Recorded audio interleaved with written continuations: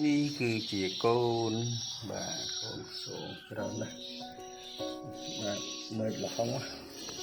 ជាល្ហុងបាទ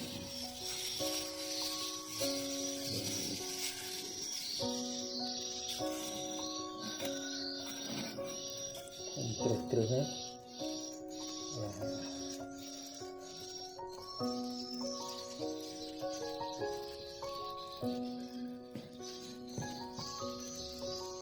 ទុំលៀងបាទលៀងអាងហើយយកពើងវាដូរទឹកថ្មីបាទអញ្ចឹងដើមញើនៅនឹងហ្មងបាទកាច់ត្រួយកាច់អីឲ្យស៊ីតែម្ដងដើមញើ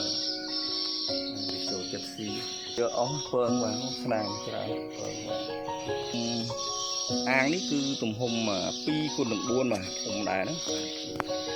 យើងដាក់សម្លាញ់ខ្មៅតិចលើពីលើពើងនេះយើងយកចំនួន5ដងបាទពើងវាបាទចំនួន5ដង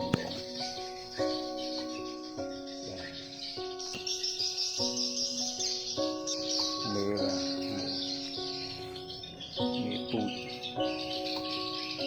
ទៅមេពូជទាំងអស់មកបាទក្នុងនេះបាទគឺប្រហែលជា70-90កូនបាទ90កូនតែពើងវាដល់ហើយពើងនេះបាទនោះបានកន្លែងប្រហែលដងណាយើងដាក់ទីសាកូនរបស់យើងបាទអូនោះនេះសម្រាប់ជួយចូលចិត្តណានេះគេហៅស្ព្រៃបូកគោរបស់ចិនណាម្ដុំទិញ$1មកសាបាទអញ្ចឹងគោមើលបងគោនេះគឺ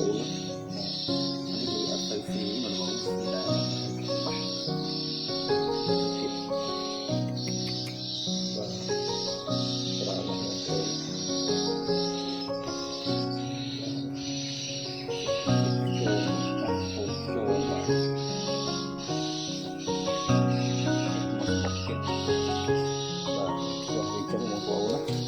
បាទដូរទឹកវាមើលទៀតផងបាទកុំឲ្យស្មោចអីចូលមក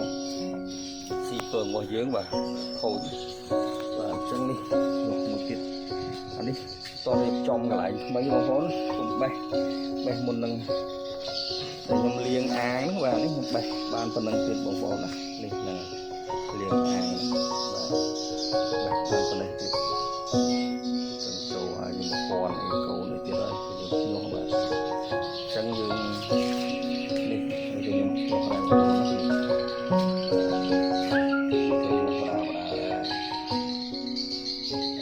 ច្រើនមកនេះបាទ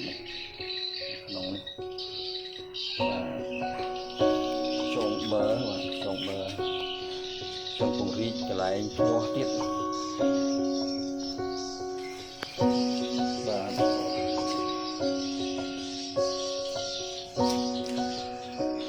ច្រើនតែយើងសាដូរទឹកវាបាទដូរទឹកវារួមមានតែចំណីស្បៃយ៉ាងនេះលឿនណាលងក៏បានដែរលងយើងកាត់ចិត្តតិចមកហើយវាស៊ីបាទហ្នឹងហើយបាទអរគុណបងប្អូនបាទមានដូចតន់យករបស់ចៅកាត់ជ្រួយឲ្យវាបាទចឹងមានតែប៉ុណ្្នឹងទេបងប្អូនបាទទស្សនាកម្សាន្តសូមបើច្រើនមែនទេបងប្អូនច្រើនមែនទេបាទ